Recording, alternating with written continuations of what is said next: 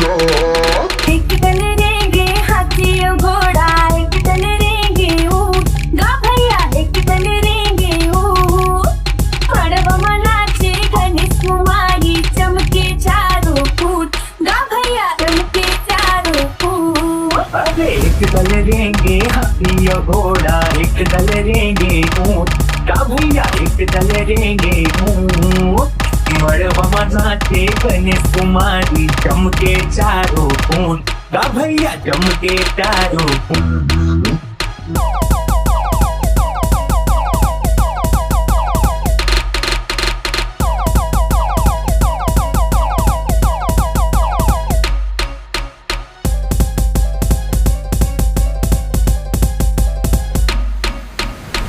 पार नदी ओ पार नदी, बीच में भाटा कछार। हमर भैया के बिहा होवत है, लगे है रुपया 1000। मुनगा परे है सुलूम सा बेटा, पूरी परे गठियारी। हंस के बाजा बता दे बदनिया, झूमर जाही मुटियारी। झूमर जाही मुटियारी।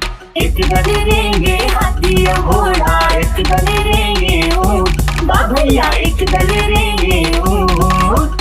मड़वा मनाते गणेश कुमारी, चमके चारों फूट, गा भैया चमके चारों फूट।